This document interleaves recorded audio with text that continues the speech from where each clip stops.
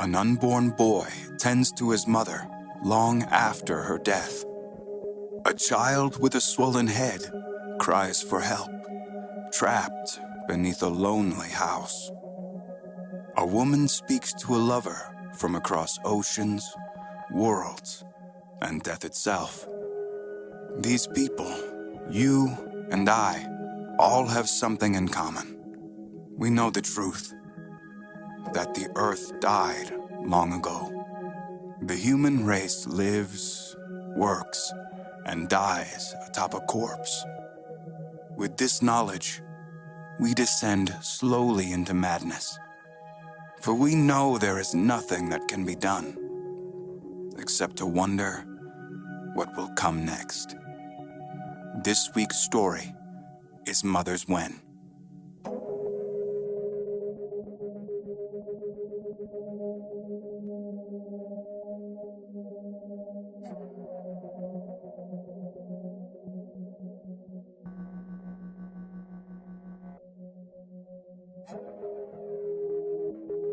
You were never fully born.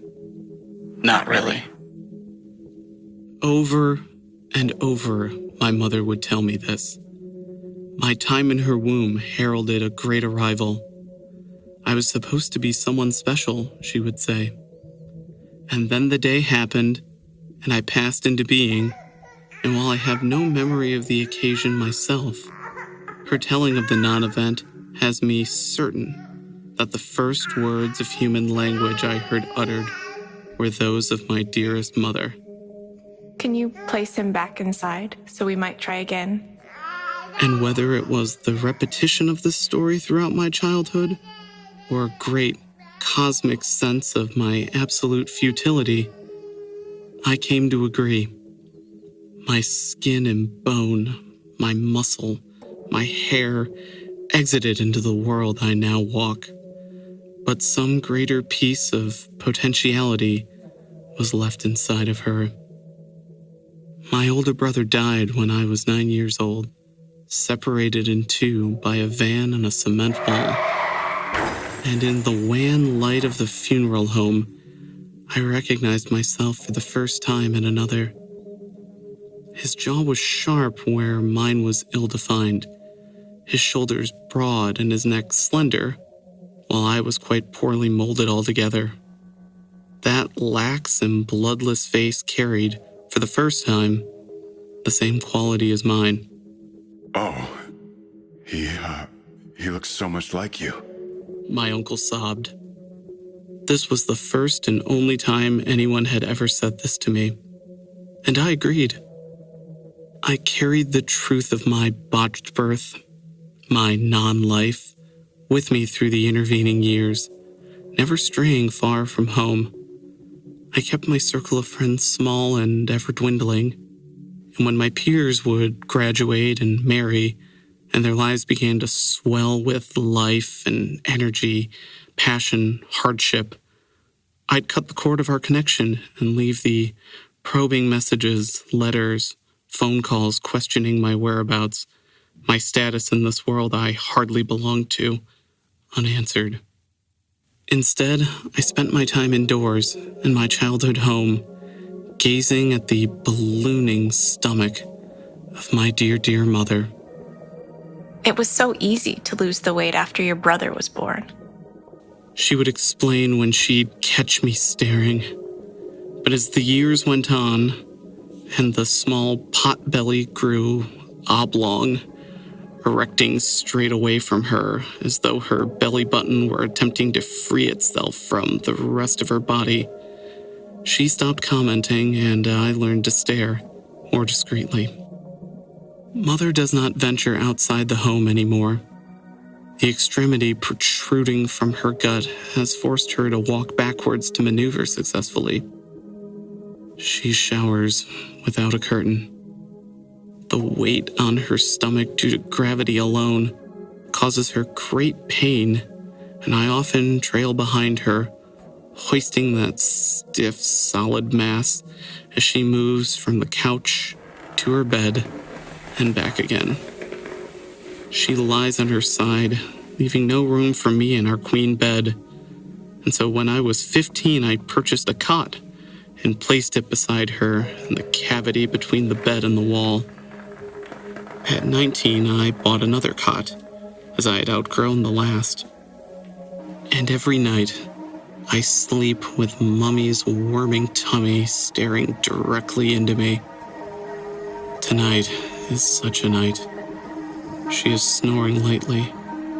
I fetch the bottle for another dollop of lotion, which I work into the shaft of Mother's protrusion.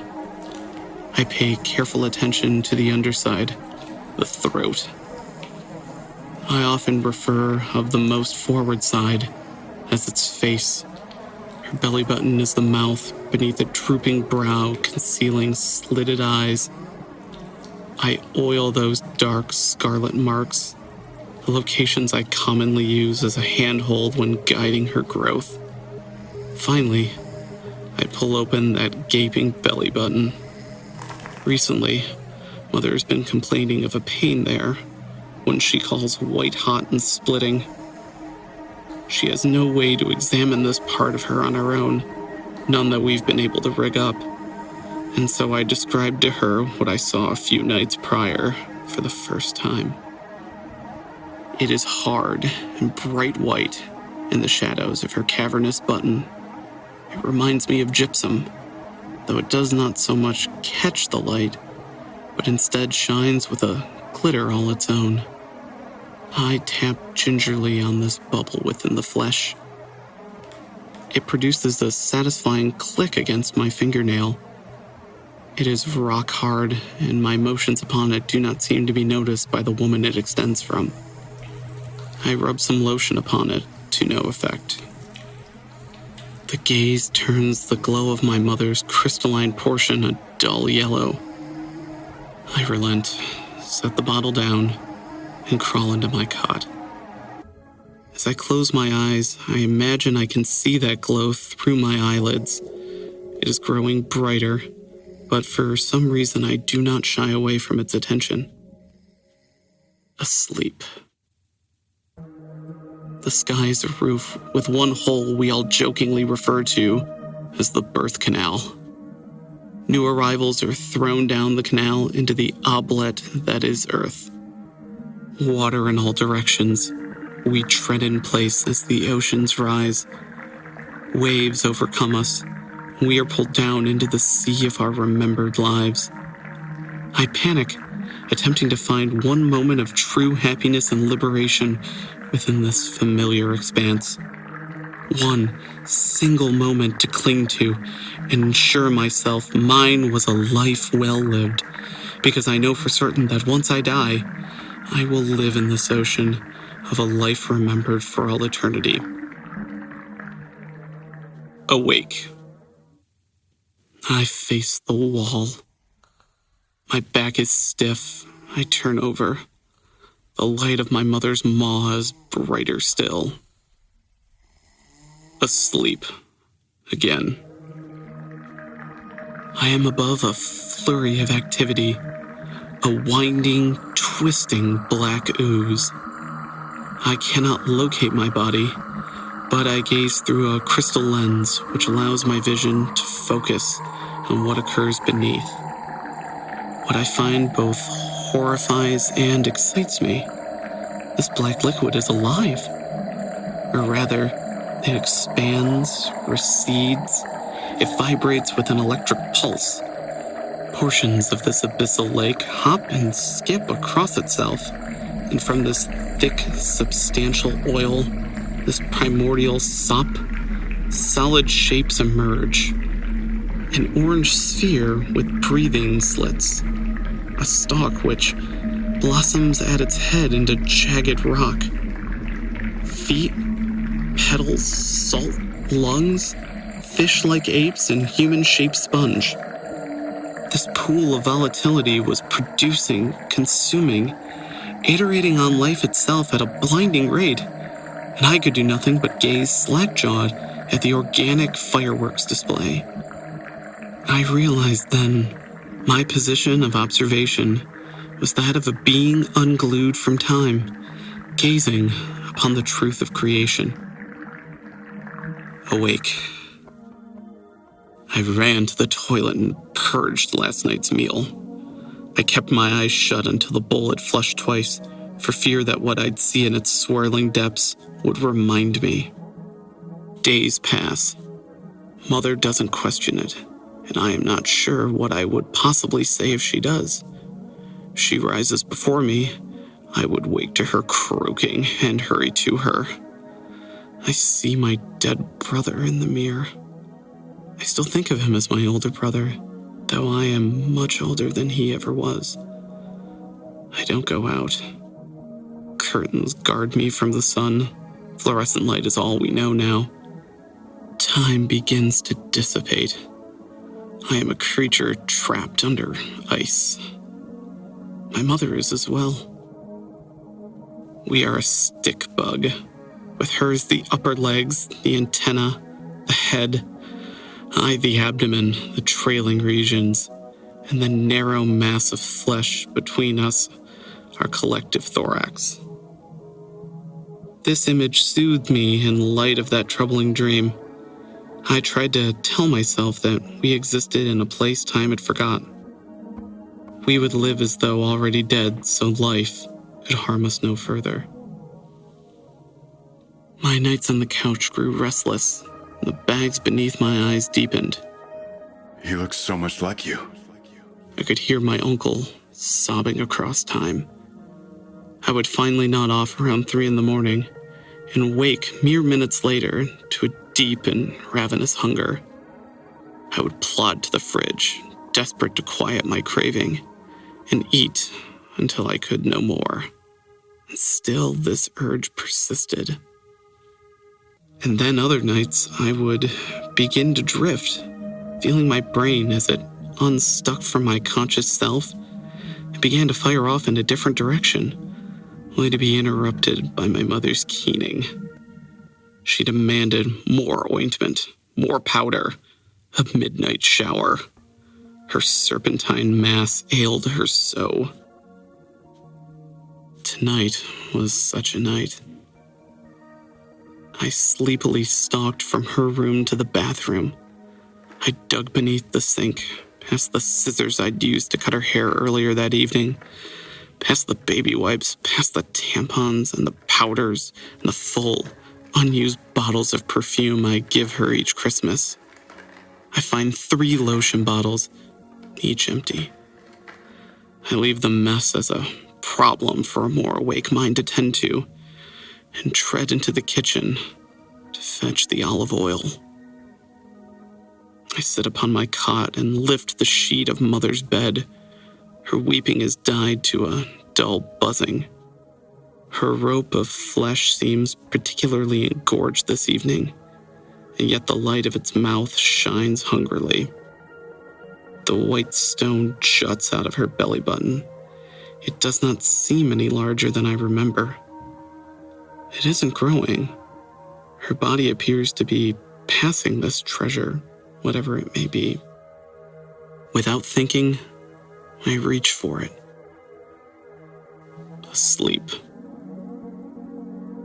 I've been here before, but it was millennia ago.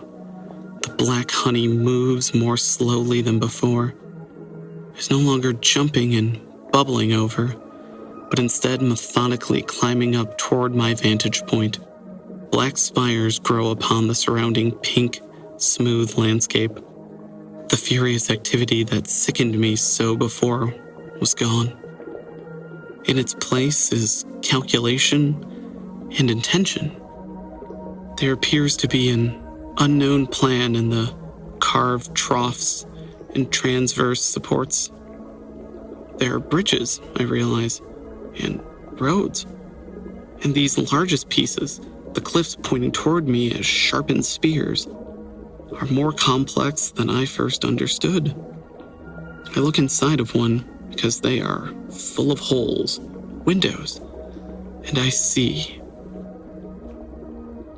I try to take a breath, but cannot breathe, as I am a formless nothing. I gaze upon the highways of this perfect black city and see the creatures toiling, traveling, building. I lean forward, pressing myself against the crystal lens which aids my view, before realizing this magnifying device is not solid. It gives way, merely a film over liquid, and I fall. Asleep. Time moves at a recognizable pace, and I am myself, my body, my hands. I walk within a city built upon a landscape of flesh. Tenement buildings rise around me to blot out the sky, and sweat drizzles from the crevasses where roads, buildings, bridges meet. This place is the city I was examining just before. I am sure of it. But it looks so different down here. Ahead of me are two tall beings, bent before a bright light. They gaze at it with hesitance, or perhaps reverence. As I approach, they turn to greet me. They are both abnormally tall, and with deep black skin and long, slender limbs. They are perfect. When they speak, their mouths freeze in the shape of the final syllable, remaining frozen this way until they speak again. Hello. One says. I respond in kind. The other beams as it says, Life is such a curiosity. I agree. It continues. I am awed by its complexity, horrified by its persistence. The first to have spoken raises a finger. Generally, we do not ponder in this way for our own good. The other nods, somehow smiling even more. To examine the mechanism is to invite madness. And yet, The first continues. still, some of us are compelled to confront that which refuses to be confronted. What is that? I ask, gesturing towards the glowing object on the ground. A seed, I think. The first responds. Very rare, very valuable. One which requires great sacrifice, and yet demands even more. Life is truly unkind. They both gaze at me pityingly. The smiling one has now split its face with its unnatural maw. Hundreds of teeth line its gums, its lips, its tongue. We were going to take it, but we agree that perhaps you should have it instead. The other nods, and they step apart. I realize now that they were halves of a whole until this moment. Both shudder at the violence of this permanent separation. I stand between them and reach down to collect my mother's seed. Awake. The small white stone no longer glows as I turn it over in my hand the next morning. Mother is dead. She died in her sleep. I consider calling the police, but I remember how little I enjoy interaction with the outside world, and instead bury her once the sun has gone down and my neighbor is headed out for third shift at the clinic. I cry a little as I smooth over the soft earth and cover it with sod. Those tall, beautiful creatures had called her body stone a seed, and so I place it beneath some of Mother's dirt and return to its windowsill perch twice daily, eagerly whetting its appetite in the hopes of something, anything will grow, will live. Unknowable amounts of time. I search my memory for what I've done since my mother died. Sitting on the floor of the living room, sleeping on the cot, drinking, eating, drinking, eating, showering when my scent grows too pungent for even my own liking, and watering my mother's seed. But it does not take root. It stays sealed shut, as white, smooth, brilliant as ever. It keeps whatever secret it holds locked safely away. I step outside, unafraid, into the stark sunlight with a plan to bury my mother's seed beside her in her grave. I retrieve the rusted trowel from the middle of the yard and kneel in the patch of blocky, vibrant grass that sticks out like an unfit puzzle piece within my yard. I reached down to pull back the false earth when I noticed something peculiar. A single green strand rises higher than the rest, its length segmented every inch or so, forming joints which brace its ambitious height. Cleverly, these elbows allow it to fold and sway in the wind before retiring to its glorious purpose, reaching ever upward towards the sky and sun above. And atop its neck was a bulb which bloomed with a perfected symmetry. Dozens, hundreds of small, hair-thin white petals surround a dark, black center. It blinks at me, and suddenly I understand everything perfectly. The grotesquerie of life, its insistence upon a meaning. Hello, Mother.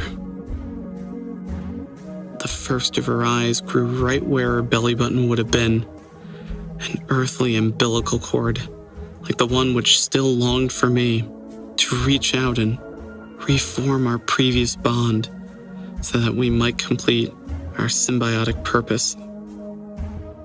Now that I completely understood the meaning of life, I got right to work. I cut the holes from the bottoms of my tube socks and stitched them together, wrapping the resulting tunnel in plastic. I hurried around the house, grabbing tools, implements that aided my purpose, discarding with hateful abandon anything that stood between me and my true calling. As I worked night and day, my mother's garden sprouted many eyes that grew towards all our windows. I pushed back the curtains, unafraid, so that she might get a better look. Her mouth grew as rosebuds, sprouting early and often, attracting insects which mimicked the chirps and croaks I remember so well. Her fingers grew next, thin, wispy reeds which bent and reached as she desired. Her legs were long and slender vines which wrapped around neighboring fences, and onward still, eager to travel where her body previously could not take her, and where her stomach ought to have been, some 5 feet underground. The earth rotted away and caved in on itself, conveniently just as I arrived outside, ready to complete this 29-year and 9-month ritual that is, my birth. I used her scissors to carve a large, gaping wound in my stomach. Warm blood blankets my body, and the earth and I suddenly feel quite ill.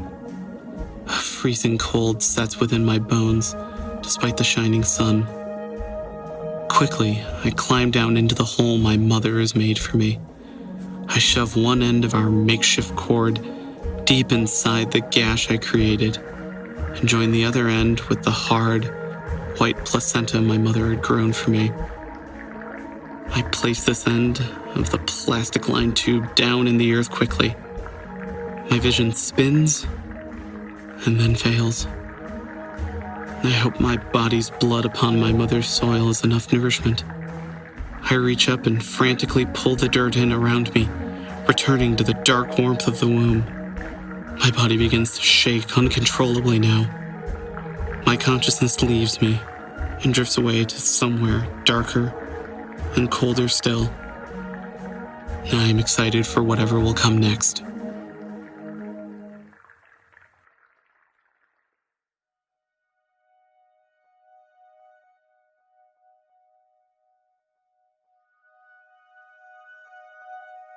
The Dead Earth podcast is created by Emily Lyles, Taylor Normington, John Reeder, and Dan Wallace. All stories, unless otherwise noted, are written by Taylor Normington. Our logo artwork is designed by Chloe Burns. You can find more of her work on Instagram at Tiny Moon Studios. Episodic artwork by Grace Scott. Our website is deadearthpodcast.com. Thank you for listening.